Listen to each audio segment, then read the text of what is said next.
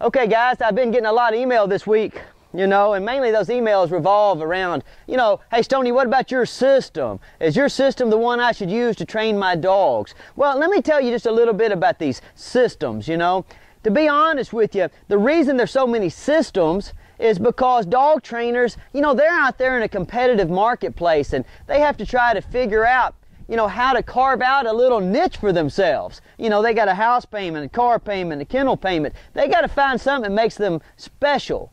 Something that attracts consumers, something that attracts clients.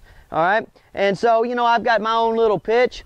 And, I know 3 or 4 other guys that are good dog trainers. They got their pitch. But the reality is there's not really much in the way of variance in systems exactly, because all systems are made up of the same 5 fundamental aspects. Okay, you got socialization, you got motivation, you got communication, you have physical management, and you have realistic expectations. Okay, so let's break that down right now and let's go through those 5 things that underpin all dog training systems. And then I think what you'll start to understand is that these different ways of approaching dog training, really what they are is just some people, they put a little bit of emphasis on one of those or 2 of those or 3 of those 5, fundamental things, but everybody has to address them, and so don't get caught up in these arguments. Go out and watch and see and understand that dog trainers, they need a little leeway. They need a little understanding. When you go and you watch a dog trainer, if he's trying to tell you this is the only way to do it, what that probably means is that he has a very limited toolbox.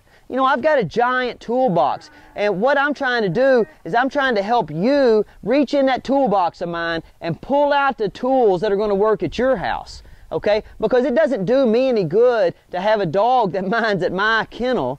It's perfectly set up for dogs to behave well. I mean, it's a perfect day for a dog out here. What I need is clients out there in the real world doing a good job and saying, hey, go see Stonnie Dennis. Go see Stonnie Dennis. Give him some money. He needs to pay his electric bill. He needs to pay his house payment. He needs to send his kids to school. That's what I need. So my emphasis is on opening up my big old toolbox that I've kind of made over the course of a lifetime. I filled it up over the course of life. I'm going to open that toolbox up and I'm going to lay those tools out in front of a client and I'm going to say, hey, listen, let's try to come up with a strategy, with an approach, right? And then these techniques, that's the tools. And I'm going to help you pick and choose those tools. And you might pick one of those tools out of the box that doesn't work for you. We'll put it back and we'll get you a different tool next time. Okay, so let's break that down just a little bit more right now.